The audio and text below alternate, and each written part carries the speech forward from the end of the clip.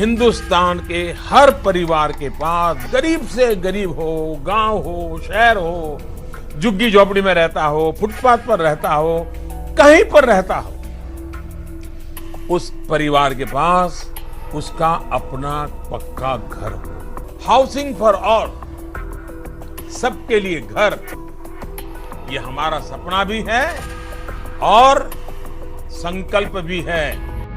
1 अप्रैल 2016।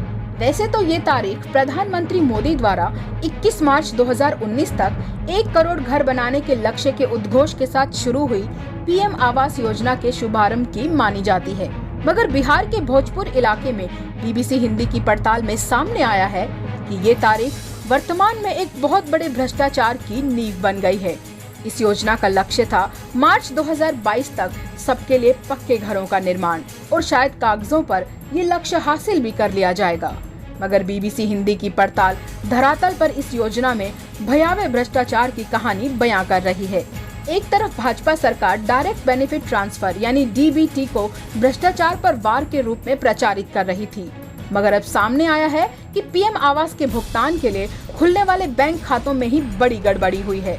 गड़बड़ी का स्तर इतना बड़ा है कि मरे हुए लोगों के नाम पर न केवल बैंक खाते खोले गए बल्कि आवास के लिए हजारों रुपए का भुगतान भी कर दिया गया।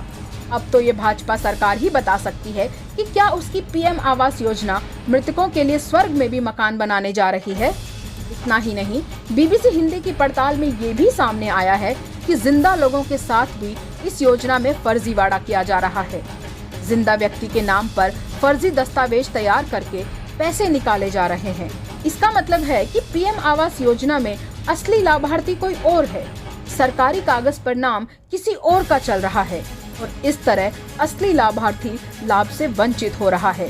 इतना ही नहीं, बीबीसी हिंदी की इस पड़ताल में कई मामले ऐसे भी आए हैं जहां पीएम आवास योजना में मिलने वाले 1,20,000 रुपए के मुकाबले लाभार्थी को सिर्फ 1 लाख रुपए ही मिल रहे हैं और 20,000 रुपए रिश्वत या घपले की भेंट चढ़ रहे हैं।